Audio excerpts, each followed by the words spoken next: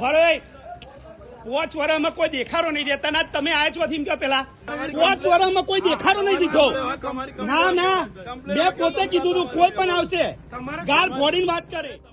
સ્થાનિક સ્વરાજની ચૂંટણી નજીક આવી રહી છે અને ચૂંટણી પહેલાં અમે તો અમદાવાદના અનેક વિસ્તારોમાં ફર્યા અને લોકો સાથે વાતચીત કરી અને પૂછ્યું કે તમે 5 વર્ષમાં જે કામ થયા છે એનો હિસાબ તમારા નેતા પાસે માંગવાના છો।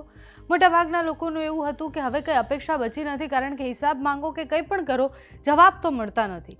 પણ અમુક નાગરિકો એવા છે જે હજુ પણ હિસાબ માંગવા માટે તૈયાર છે અને નેતાને સ્પષ્ટ કહે છે કે જો કામ નહીં થાય તો મત લેવા આવતા જ નહીં।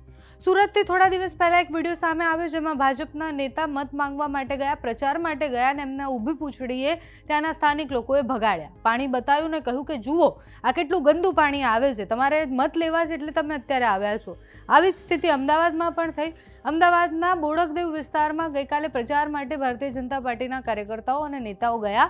પ્રચારના ઢોલ વાગી રહ્યા હતા અને સામેથી એક વ્યક્તિ આવે છે અને કહે છે કે તમારે અહીંયા નહીં આવવાનું। હવે તો હું સીધી ગાળથી જ વાત કરીશ, કેટલી બધી કમ્પ્લેનો કરી, રસ્તા સરખા નથી થતા, લાઇટો સરખી નથી થતી, આટલી બધી કમ્પ્લેન કર્યા પછી તમારે જ્યારે ચૂંટણી છે ત્યારે તમે અહીંયા આવ્યા છો અને એ નહીં પોસાય અમને, અમે મત આપીએ છીએ ને એટલે અમારો અધિકાર છે કે તમે અમારા કામ કરો અને અમે સવાલ પૂછીએ।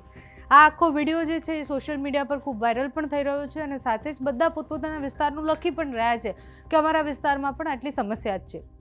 સ્થાનિક સ્વરાજની ચૂંટણી સમયે શું થાય છે કે જે સ્થાનિક કોર્પોરેટરો છે એને ઘણા બધા લોકો ઓળખતા પણ નથી, એટલે કોણ ચૂંટણી લડ્યું હતું અને કોણ એમના કામ કરી દેશે એ લોકોને ઓળખતા જ નથી। એટલે ઘણા બધા વિસ્તારોમાં મેં એવું જોયું કે બધાને એવું લાગે છે કે ધારાસભ્ય જ માત્ર કામ કરે છે, જે કોર્પોરેટરને સવાલ પૂછવાના હોય એ કોર્પોરેટરને સવાલ પૂછવામાં નથી આવતા અને ચૂંટણી એ પક્ષ અને નેતાના દમ પર લડાઈ જતી હોય છે। પણ પ્રશ્ન એ થાય કે જે ચહેરાને તમે જોઈને મત આપો છો, જો તમારી ગટર ઉભરાશે કે પછી તમારે રસ્તા સરખા નહીં હોય, રસ્તામાં ખાડો હશે તો તમે એ ચહેરાને પૂછવા જશો કે તમારા સ્થાનિક કોર્પોરેટરને પૂછશો। એટલે સામાન્ય લોકોમાં પણ એ જાગૃતિની ખૂબ જરૂર છે કે તમારે કોર્પોરેટરને ઓળખવા પડશે, એમની પાસેથી કામ નીકાળવું પડશે, જો તમારે સમસ્યા છે તો એમને કહેવું પડશે અને કહીને કામ કરાવવા પડશે। અત્યારે તો બોડકદેવથી જે દ્રશ્ય સામે આવ્યા છે એ જુઓ, સાથે જ સુરતના જે તે સમયના એ વિડીયો જે થોડા દિવસ પહેલાંનો જ છે જેમાં એ નેતાને સવાલ પૂછી રહ્યા છે અને કહી રહ્યા છે કે આવું પાણી આવે છે અને તમે ક્યારેય દેખાતા પણ નથી અને જ્યારે ચૂંટણી આવે ત્યારે દેખાવશો। તો એ બંને વિડીયો પર કરીએ નજર।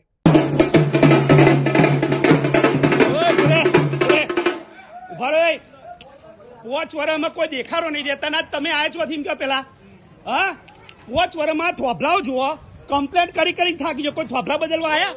આ રોડ તોડી નાખે, મેમોન આવું ના ચાલે, અમે પ્રમુખ બની ગયા છીએ અહીંયા એટલે મારે કમ્પ્લેન કરવી જરૂરી છે। તમારા જે કાકા હોય ને એમ નહીં મેમોન કમ્પ્લેન કરી થોભલા જો, આ થોભલા જો 5 વર્ષમાં કોઈ દેખાડો નહીં દીધો ના મેં પોતે કીધું તું કોઈ પણ આવશે ગાર ફોડીને વાત કરે। બધા પૂછો બોડકદેવ વાળાને કમ્પ્લેન કરી થાક્યા, અહીં ગટરો ઉભરાય, ગટરોનો વિડીયો નાખે તો અમે કોઈ જવાબ નહીં આવતા।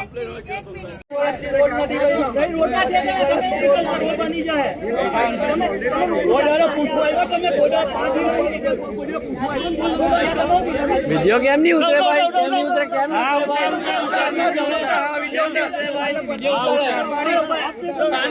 પાણી આવે